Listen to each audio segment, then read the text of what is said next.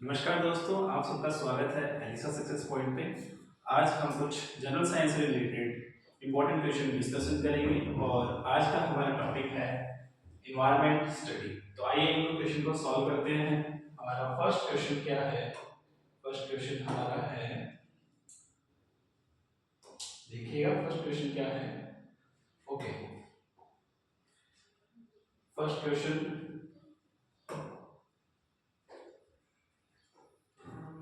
which of the following is a renewable resources? निम्नलिखित में से कौन सा एक नवीकरणीय संसाधन है? आइए ऑप्शन पे देखते हैं। पहला ऑप्शन है कोल, दूसरा petroleum, C option solar energy, D natural gas. तो ए ऑप्शन है कोयला, बी ऑप्शन पेट्रोलियम, सी सौर ऊर्जा और प्राकृतिक गैस। इनमें से कौन सा रिन्यूएबल रिसोर्सेज है? जो हमारा राइट आंसर होगा सोलर एनर्जी। सोलर एनर्जी क्या है? रिन्यूएबल रिसोर्सेज है। ये कुछ रिन्यूएबल और नॉन रिन्यूएबल एनर्जी के बीच में डिफरेंस दिया गया है। आइए इनको देखते हैं।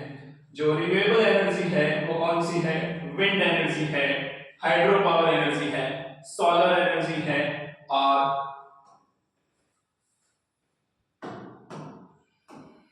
जियोथर्मल एनर्जी और बायोमास है। और जो नॉन रिन्यूएबल एनर्जी है वो ऑयल है, पेट्रोल वगैरह और कोयला है, न्यूक्लियर एनर्जी और नेचुरल गैस। ठीक है, नॉन रिन्यूएबल एनर्जी। शिफ्ट करते हैं दूसरे क्वेश्चन की ओर। हमारा second, what is the second question है हमारा क्या कि what is the main cause of acid rain? What is the main cause of acid rain? अम्लीय वर्षा का मुख्य कारण क्या है? हमारे ऑप्शन है A carbon dioxide, B sulphur dioxide, C nitrogen और डी ऑक्सीजन। तो कार्बन डाइऑक्साइड ये रॉन्ग आंसर है, सी नाइट्रोजन भी रॉन्ग है और डी ऑक्सीजन भी। तो राइट आंसर क्या है? Sulphur dioxide. एसिड रेन होती है, एसिड रेन का जो मेन कॉज होता है वो सल्फर डाइऑक्साइड गैस होती है। अब कुछ एसिड रेन से रिलेटेड कुछ आपको एक डायग्राम दे रखा है, इसको देखिएगा। ये एसिड रेन, तो यहां से क्या है? ये फैक्ट्रीज है। फैक्ट्रीज से क्या होता है? नाइट्रोजन डाइऑक्साइड और सल्फर डाइऑक्साइड गैसेस निकलती है और ये ऊपर जो क्लाउड है वो H2O है, इधर ये इकट्ठी हो जाती है और जैसे ही बारिश होती है इनके साथ मिक्स होके ये H2SO4 और HNO3 बना लेती है। और ये क्या है? जो ये गैसेस है ये किसी लिए, ट्रीज के लिए और सोइल के लिए बहुत ज्यादा हार्मफुल है। तो ये क्या करती है? सोइल का pH है वो कम कर देती है, स्लाइटली एसिडिक हो जाता है। एसिडिक होने से जो सोइल है वो कम फर्टाइल हो जाती है। तो ओके, शिफ्ट करते हैं थर्ड क्वेश्चन की ओर। हमारा थर्ड क्वेश्चन क्या है? देखिएगा, which gas is primarily responsible for the greenhouse effect? Which gas is primarily responsible for the greenhouse effect? Green house के लिए मुख्य रूप से कौन सी गैस जिम्मेदार है? हमारे ऑप्शन है ए मीथेन, ये बिल्कुल रॉन्ग है, बी ऑप्शन है कार्बन डाइऑक्साइड, ये राइट है, और सी नाइट्रस ऑक्साइड, ये भी रॉन्ग है, डी ऑप्शन है ऑक्सीजन, ये भी रॉन्ग है। तो जो प्राइमरी रिस्पांसिबल कौन सी है वो है carbon dioxide is the right answer. Okay, shift करते हैं नेक्स्ट क्वेश्चन की ओर।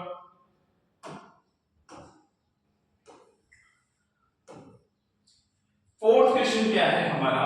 फोर्थ क्वेश्चन देखिएगा कि what is the process by which plants make their food? कौन सा प्रोसेस है जिससे प्लांट है वो अपना भोजन खुद बनाते हैं? इन्हें देखिए, पौधे किस प्रक्रिया से अपना भोजन बनाते हैं? तो रेस्पिरेशन तो श्वसन की प्रक्रिया होगी, ये तो बिल्कुल रॉन्ग होगा। ट्रांसपिरेशन, वाष्पोत्सर्जन, ये तो वाष्पोत्सर्जन हो गया। तो ये भी रॉन्ग होगा। फोटोसिंथेसिस क्या है? फोटोसिंथेसिस सनलाइट की प्रेजेंस के अंदर फूड जो लीव्स है वो क्लोरोफिल प्रेजेंट पिगमेंट प्रेजेंट होने की वजह से वो क्या वो फूड बनाते हैं, तो फोटोसिंथेसिस राइट आंसर होगा। और डाइजेशन कौन सा प्रोसेस है? डाइजेशन पाचन वाला प्रोसेस, तो ये भी इसका ऑप्शन नहीं होगा। तो हमारा ऑप्शन कौन सा सही हुआ? C option is the right answer. Okay, shift करते हैं नेक्स्ट क्वेश्चन की ओर। फिफ्थ क्वेश्चन क्या है हमारा? फिफ्थ क्वेश्चन देखिएगा। फिफ्थ क्वेश्चन है which layer of the earth's atmosphere contains the ozone layer? पृथ्वी के वायुमंडल की कौन सी परत ओजोन परत को समाहित करती है? ऐसी कौन सी लेयर है जिसके अंदर ओजोन लेयर प्रेजेंट होती है? तो हमारे ऑप्शन है ए ट्रोपोस्फेयर, बी स्ट्रेटोस्फेयर और डी मीजोस्फेयर और डी थर्मोस्फेयर। तो पहला ऑप्शन क्षोभ मंडल, समताप मंडल, मध्य मंडल, उष्ण मंडल। तो ट्रोपोस्फेयर है वो रॉन्ग है। B option is the right answer. Stratosphere की लेयर के अंदर ओजोन लेयर प्रेजेंट होती है। आपको ये है क्या? ये अर्थ है। क्या है? अर्थ। सबसे ऊपर लेयर होती है वो कौन सी होती है? टोपोस्फेयर। टोपोस्फेयर। फिर उसके बाद जो लेयर होती है स्ट्रेटोस्फेयर। स्ट्रेटोस्फेयर के अंदर क्या ओजोन लेयर की परत होती है। इसके बाद मीजोस्फेयर, मीजोस्फेयर।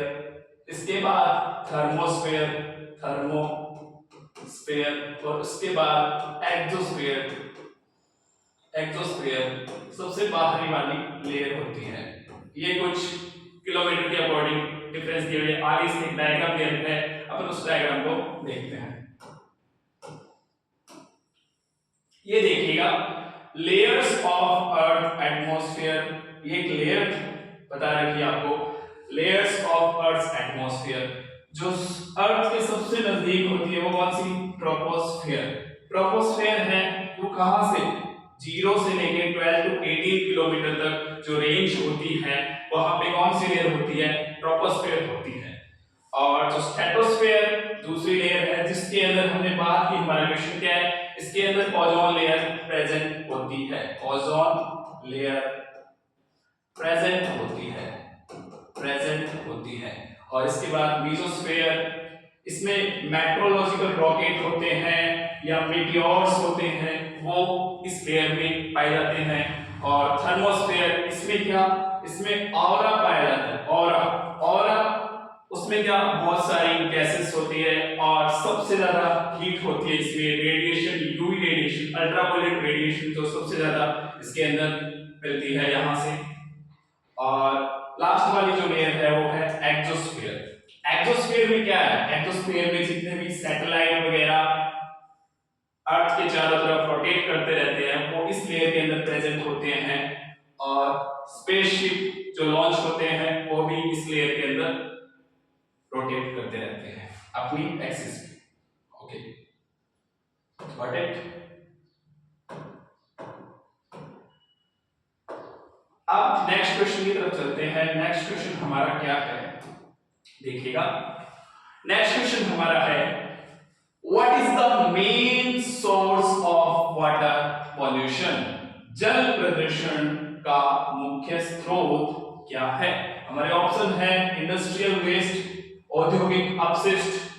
बी ऑप्शन है एग्रीकल्चर रन ऑफ, कृषि अपवाह है। सी ऑप्शन है डोमेस्टिक सीवेज, घरेलू सीवेज। और डी ऑप्शन है ऑल ऑफ द अबव। तो ये जो तीनों ऑप्शन है ए बी सी, ये क्या है? मेन सोर्स है किसके? वाटर पॉल्यूशन के। तो इसका D option is the right answer. Okay, shift करते हैं नेक्स्ट क्वेश्चन की तरफ। इजी क्वेश्चन है सारे, बस आपको इनको थोड़ा सा ध्यान देना है। हमारा 7th क्वेश्चन है which of the following is biodegradable material? Biodegradable material निम्नलिखित में से कौन सी जैव निम्नकरणीय है? हमारे ऑप्शन दे रखे हैं प्लास्टिक, ग्लास, पेपर, मेटल। तो जो ये बायोडिग्रेडेबल पूछा है, जो वापस रिसाइकल हो जाते हैं, जल्दी इजीली डिकम्पोज हो जाते हैं, तो ये प्लास्टिक नहीं होता है, सालों साल भी नहीं होता है, ग्लास भी नहीं होता है, पेपर इजीली डिकम्पोज हो जाता है सॉइल के अंदर, आपने देखा होगा। मेटल भी टाइम लेता है, मेटल भी इजीली नहीं होता है। तो राइट आंसर क्या होगा? C option is the right answer.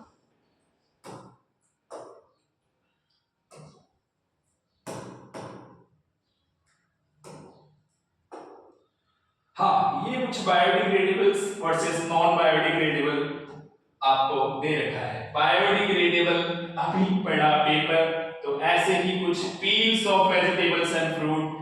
Peels means छिलके, इसके वेजिटेबल और फ्रूट्स के छिलके हैं वो इजीली डिकम्पोज हो जाते हैं, बायोडिग्रेडेबल है।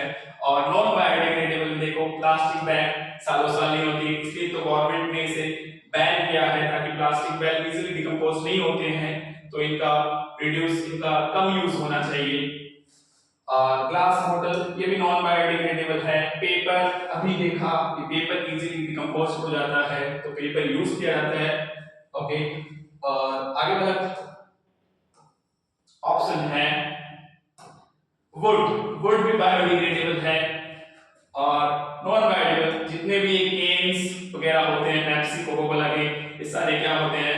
Non biodegradable. तो इनको कम यूज करना चाहिए, आपको भी इन्वायरमेंट फ्रेंडली बनना चाहिए। Hope so. हमारा 8th क्वेश्चन क्या है? 8th क्वेश्चन देखिएगा। 8th question, what does biodiversity refers to? जैव विविधता किसे संदर्भित करती है? जैव विविधता। तो हमारे ऑप्शन है, ए ऑप्शन है variety of ecosystem, variety of ecosystem पारिस्थितिकी तंत्रों की विविधता। B option variety of species, प्रजातियों की विविधता। और सी ऑप्शन है हमारे जेनेटिक वेरिएशन, आनुवंशिक विविधता। तो बायोडायवर्सिटी क्या, इसमें वैरायटी ऑफ इकोसिस्टम भी प्रेजेंट होता है और अलग अलग स्पीसीज भी प्रेजेंट होती है। जेनेटिक वेरिएशन, हर इंडिविजुअल है वो एक दूसरे से अलग है, सबका डीएनए अलग अलग होता है, तो जीन्स के अंदर भी डिफरेंस होता है, वेरिएशन होता है। तो डी ऑप्शन, सारे ऑप्शन करेक्ट होने की वजह से डी ऑप्शन क्या है? राइट आंसर है। ओके, अब ये देखिए बायोडायवर्सिटी, इसमें अलग अलग बायोडायवर्सिटी दिखा रखी है। प्लांट इकोसिस्टम, रिवर इकोसिस्टम, तो सारे एनिमल्स एक साथ रहते हैं, अलग अलग एनिमल्स है, अलग अलग स्पीसीज है, अलग अलग जीन्स है, इनके वेरिएशन बहुत सारा अलग है। तो ये डायग्राम था जो थोड़ा आपको इजीली समझ में आए। हाँ, 9th क्वेश्चन देखिएगा। 9th क्वेश्चन क्या है? Which international agreement aims to reduce carbon emission? Which international agreement aims to reduce carbon emission? कौन सा अंतरराष्ट्रीय समझौता कार्बन उत्सर्जन को कम करने के लिए है? हमारे ऑप्शन है A Kyoto protocol, B Montreal protocol, C Paris agreement और डी जिनेवा कन्वेंशन। तो कार्बन एमिशन के लिए इंटरनेशनल एग्रीमेंट कौन सा हुआ है? तो ये राइट आंसर है पेरिस एग्रीमेंट। पेरिस एग्रीमेंट किया गया था ताकि कार्बन एमिशन कम किया जा सके, ताकि हमारा टेंपरेचर है वो कम रहे। और इससे रिलेटेड एक फैक्ट आपको पता है, तो देखिएगा पेरिस क्लाइमेट एग्रीमेंट क्या हुआ था, वो देखिए। फर्स्ट पॉइंट है limit the average global temperature increases to 2 degree centigrade by achieving net zero emission by mid century. 2 degree centigrade तक आपको कार्बन एमिशन टेम्परेचर इनका रखना है।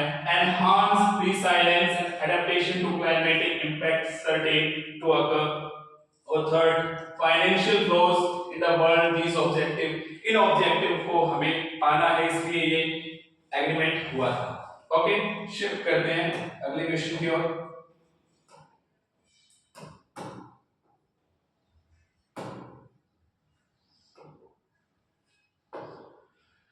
हमारा 8th क्वेश्चन क्या है? 8th क्वेश्चन देखिएगा, सॉरी 10th क्वेश्चन देखिएगा। 10th क्वेश्चन है what is the primary source of energy for earth's climate system. Primary source क्या है क्लाइमेट सिस्टम का? पृथ्वी की जलवायु प्रणाली के ऊर्जा का प्राथमिक स्रोत क्या है? प्लांट्स है, कहां से एनर्जी प्राप्त करते हैं, और एनिमल्स है, ह्यूमन बींग्स से कहां से एनर्जी? तो प्राथमिक सोर्स क्या है? वो है sun. C option is the right answer. सब एनर्जी वगैरह कहां से मिलती है? तो ये सन से मिलती है, प्लांट्स को, प्लांट से, एनिमल से। तो एनर्जी का ट्रांसफर होता रहता है। इकोलॉजी के अंदर 10% का रूल फॉलो होता है। ओके, तो इसका राइट आंसर क्या हो जाएगा? सन। सन इज द राइट आंसर, बाकी सारे गलत है।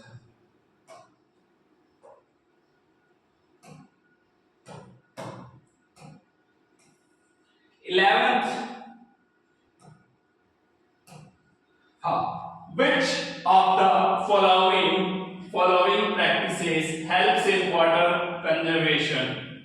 नीचे जो आपको ऑप्शन दिए हुए हैं, इनमें से कौन सा एक जो हमें हेल्प करता है वाटर कंजर्वेशन में, अभ्यास जल संरक्षण में मदद करता है? कौन सा है?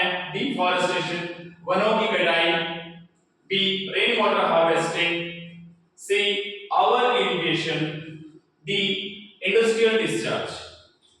वनों की कटाई ये क्या हमें रेन वाटर हार्वेस्टिंग में मदद करता है? नहीं करता, ये रॉन्ग है।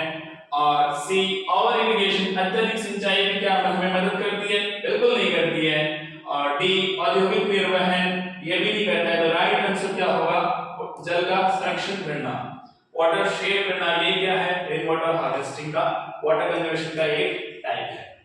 ओके, होप सो आपको समझ में आया होगा। 12th क्वेश्चन है what is the most abundant gas in the atmosphere? What is the most abundant gas in the earth's atmosphere? पृथ्वी के वायुमंडल में सबसे प्रचुर मात्रा में कौन सी गैस पाई जाती है? हमारे ऑप्शन है A oxygen, B carbon dioxide, C nitrogen, D hydrogen. तो ऑक्सीजन ये नियर अबाउट 21% की लगभग मिलती है, कार्बन डाइऑक्साइड बहुत कम है, 1% भी लेती है, और नाइट्रोजन ये भी बहुत, ये 78% मिलता है, और हाइड्रोजन ये बिल्कुल कम है। तो इसका राइट आंसर क्या होगा? Nitrogen is the right answer. Most abundant gas है इसके अर्थ एटमॉस्फेयर में। ओके, अब इससे रिलेटेड एक आपको टेबल दे रखी है, एग्जैक्ट उसमें डाटा बता रखा है, तो उस डाटा को देखते हैं। ये देखिएगा, हाँ ये है एक चार्ट दे रखा है, पाई चार्ट दे रखा है। ये देखिए ऑक्सीजन इसमें 21% है और नाइट्रोजन 78% है, और ये इतनी सारी गैसेस है, ये 1% है। तो इसमें एग्जैक्ट दे रखा है गैस परसेंटेज बाय वॉल्यूम। तो नाइट्रोजन है N2 कितना 78.084, एग्जैक्ट आपसे पूछा नहीं जाता है, फिर भी इसका होगा तो कितना हो गया 78%, और ऑक्सीजन 20.947, तो ये नियर अबाउट हम 21% मान लेते हैं। और आर्गन गैस है वो थर्ड नंबर पे आता है, ये कितना है 0.93, नियर अबाउट 1% हो सकता है, ये 0.9 है। और बाकी सारी गैसेस बहुत कम है, carbon dioxide, neon, helium, methane, krypton, ये अलग-अलग गैसेस हैं, ये भी कुछ ना कुछ अमाउंट में एनवायरनमेंट में प्रेजेंट है। ओके, 13th क्वेश्चन देखिएगा। 13th क्वेश्चन,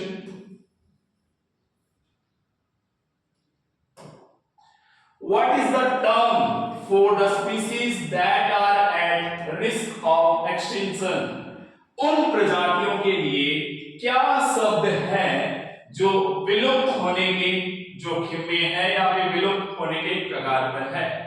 ऐसी कुछ स्पीसीज है, तो उसके लिए कौन सा वर्ड यूज किया जाएगा? एंडेमिक ए ऑप्शन है, ये नहीं होता है स्थानीय प्रजाति के लिए, और बी एंडेंजर्ड स्पीसीज, ये क्या है? राइट आंसर है जो एक्सटेंशन के कगार पे है वो है इंडेंजर्ड स्पीसीज बोला जाता है उनको, संकटग्रस्त प्रजातियां।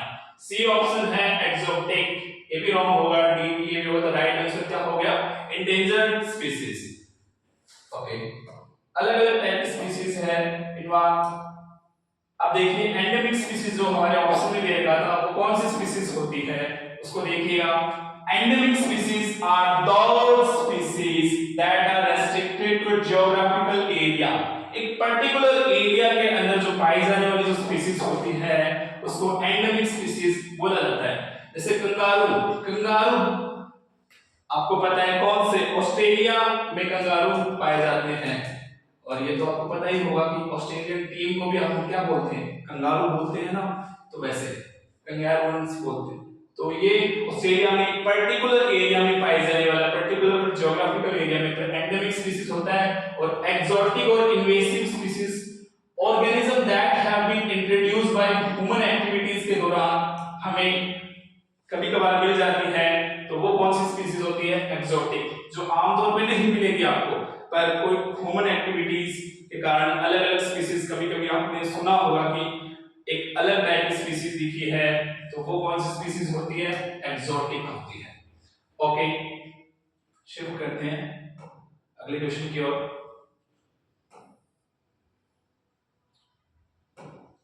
14th क्वेश्चन है which of the following is a major cause of soil erosion। निम्नलिखित में से कौन सी मृदा अपरदन का मुख्य कारण है। ए ऑप्शन विंड बिल्कुल है, बी ऑप्शन वाटर ये भी है, और सी ऑप्शन डिफॉरेस्टेशन ये भी है। तो it means that all options are correct, so all of the above D option is the right answer. मृदा अपरदन के कौन कौन से कारण है, विंड से भी सोइल है वो शेप हो जाती है, वाटर से तो बहुत ज्यादा होती है, डिफॉरेस्टेशन पेड़ों की कटाई के कारण भी बहुत ज्यादा सॉइल इरोजन होता है। ओके, अब इससे रिलेटेड एक डायग्राम दे रखा है, ये देखिए क्या दे रखा है, सॉइल इरोजन क्या होता है। सॉइल इरोजन एक प्रोसेस है by which soil particle are loosened. Soil जो मिट्टी है वो अपनी जड़ें, मिट्टी है वो कमजोर हो जाती है किसके, ओशन और रिवर्स के इनके फ्लो होने के कारण, और ये नॉन स्टॉपेबल प्रोसेस है जो धीरे धीरे भी हो सकता है और तेज तेज भी हो सकता है। ये देखिए यहां से क्या वाटर फ्लो कर रहा है जिससे क्या मिट्टी का कटाव हो चुका है, तो इससे क्या फर्टिलिटी भी जाती है, टॉप मोस्ट जो लेयर होती है सॉइल की वो डिस्ट्रॉय हो जाती है, तो ये एग्रीकल्चर के लिए बहुत ज्यादा नुकसान है इससे। ओके, तो इसको अगर बचा के रखना है तो हमें क्या ज्यादा से ज्यादा पेड़ लगाने पड़ेंगे, घास लगानी पड़ेगी। और जो हमारा 15th क्वेश्चन आ रहा है वो देखिएगा, बहुत ज्यादा इंटरेस्टिंग क्वेश्चन है। What is the main function of wetlands. Main function क्या है वेटलैंड का, आर्द्र भूमि का मुख्य कार्य क्या है, आर्द्र भूमि का मुख्य कार्य क्या है। A option flood control, flood को कंट्रोल करना बिल्कुल सही है। बी ऑप्शन वाटर फिल्ट्रेशन, जल निस्पंदन करना ये भी बिल्कुल सही है, वाटर को फिल्ट्रेट करते हैं। और C option habitat for wildlife, habitat वन्य जीवों के लिए आवास का काम भी किया जाता है, तो वेटलैंड में वन्य जीवों का आवास भी होता है, तो इसका मतलब सारे ऑप्शन क्या है सही है, तो option D is the right answer. Okay,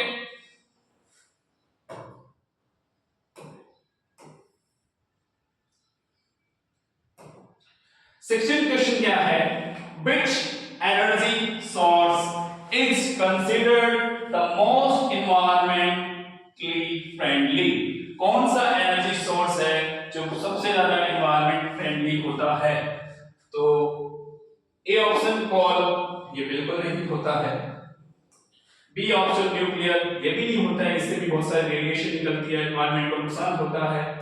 C option solar ये राइट आंसर है, सोलर से हमें ज्यादा नुकसान नहीं होता है, एनवायरमेंट फ्रेंडली है, तो आम घरों में भी यूज किया जाने लगा है आजकल। और D option oil, oils petrol हो गया, कैरोसिन हो गया, इनसे तो बहुत ज्यादा नुकसान होता है। ओके,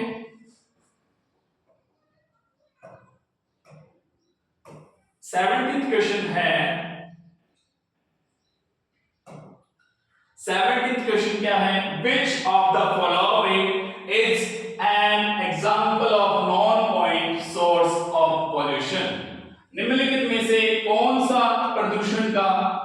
गैर बिंदु स्रोत है। तो ए है फैक्ट्री एमिशन, बी है एग्रीकल्चर रन ऑफ, तो B option is the right answer. Non point source क्या है? तो फैक्ट्री एमिशन है कि पॉइंट सोर्स है इसका? सीवेज ट्रीटमेंट है, इससे पोल्यूशन होता है, तो ये भी है। डी ऑयल स्पिल भी है, ये पॉइंट सोर्स की सोर्स होते हैं। पर नॉन पॉइंट के बारे में बात करेंगे तो एग्रीकल्चर रन ऑफ है, ये इसका सोर्स है नहीं। ओके, शिफ्ट करते हैं नेक्स्ट क्वेश्चन की ओर।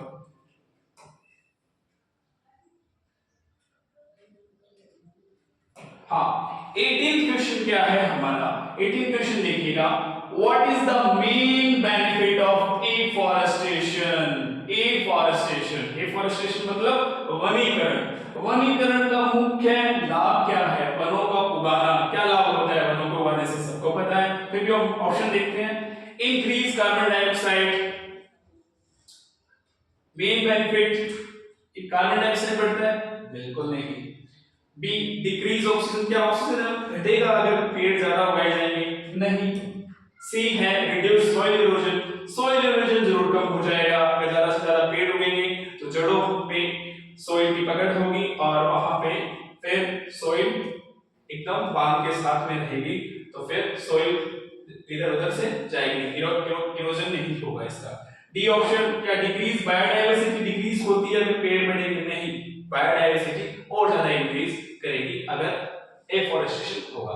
तो इसका राइट आंसर होगा वो सी ऑप्शन इसका होगा। Okay,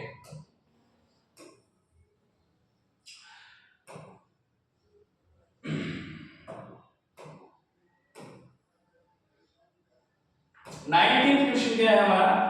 Which of the following is consequence of global warming? निम्नलिखित में से कौन सा ग्लोबल वार्मिंग का परिणाम है, कॉन्सिक्वेंस है? तो हमारे ऑप्शन है melting of polar ice caps. Polar earth के जो पोलर साइड में जो आइस कैप्स प्रेजेंट है उनका मेल्ट होना ग्लोबल वार्मिंग बढ़ने के कारण। हाँ, ये भी है, राइट है। B option increase in sea level, polar ice caps अगर मेल्ट होंगे तो आइस सी लेवल तो बढ़ेगा। मान लो ये अर्थ है, पोलर पे क्या है? आइस है, और इनका मेल्ट होना, मेल्ट होगा तो क्या इंक्रीज तो होगा ही। क्या इंक्रीज होगा? सी लेवल, सी लेवल बढ़ेगा, तो ये भी ऑप्शन राइट है। C more extreme weather condition, weather events more extreme हो रहे हैं, टेंपरेचर दिन प्रतिदिन बढ़ रहा है, क्यों? ग्लोबल वार्मिंग के कारण। सभी तो 50-50 डिग्री से ज्यादा टेंपरेचर क्रॉस कर रहा है, क्यों? कि ग्लोबल वार्मिंग हो रही है, इम्बैलेंस हो चुका है। ओके, तो it means that D option is the right answer. उपरोक्त सभी सारे सही हैं गिवन ऑप्शन। हाँ, ये आपको डायग्राम दिया है जो आपको ग्रीन इफेक्ट से रिलेटेड है। ओके, देखिएगा, अलग अलग टाइप की एरोप्लेन, इनसे फैक्ट्री से अलग अलग टाइप की गैसेस निकलती हैं। कौन कौन सी है जैसे देखिएगा। हाँ, CFC chlorofluorocarbon, haloalkanes, nitrous oxide, methane, carbon dioxide, इनका बहुत सारा रिलीज होना एनवायरनमेंट में। Human activity release greenhouse gases, ये सारे इंक्रीज करते हैं। तो एक ग्रीन हाउस गैस है, वो फॉर्मेशन होता है, और वो क्या करता है, जैसे ही सनलाइट आती है तो कुछ सनलाइट तो वापस रिफ्लेक्ट हो जाती है और कुछ सनलाइट एब्जॉर्ब हो जाती है सरफेस पे, और कुछ रिफ्लेक्ट होगी और बाकी क्या है इधर प्रेजेंट रहती है। तो अर्थ का एटमॉस्फेयर क्या होता है, इंक्रीज हो जाता है। इससे क्या होता है, टेंपरेचर बढ़ता है अर्थ का, और अलग अलग कुछ एनवायरनमेंट को भी नुकसान इसके होते हैं। Okay, got it? हाँ, 20 क्वेश्चन, लास्ट वाला क्वेश्चन आई थिंक क्या है? What is the main reason of deforestation? Main reason क्या है? वनों की कटाई का मुख्य कारण क्या है? वनों को काटा जाता है बार बार, क्यों? उसका मुख्य कारण क्या है? ए ऑप्शन अर्बनाइजेशन, बिल्कुल अर्बनाइजेशन, शहरीकरण ज्यादा होने की वजह से ही पेड़ों को काटा जाता है। बी ऑप्शन एग्रीकल्चर कृषि एग्रीकल्चर के लिए भी हमें एक लैंड चाहिए, तो उसके लिए भी पेड़ों को काटा जाता है। और लॉजिंग, लकड़ी की कटाई, लकड़ी को यूज करना फर्नीचर्स वगैरह घरों में भी यूज किया जाता है, तो इसको भी, ये भी एक मेन रीजन है। तो it means that D option all of the above is the right answer. Okay, hope so आप सबको समझ में आया होगा। आज के लिए बस इतना ही। थैंक यू, मिलते हैं अगली क्लास में। Thank you so much.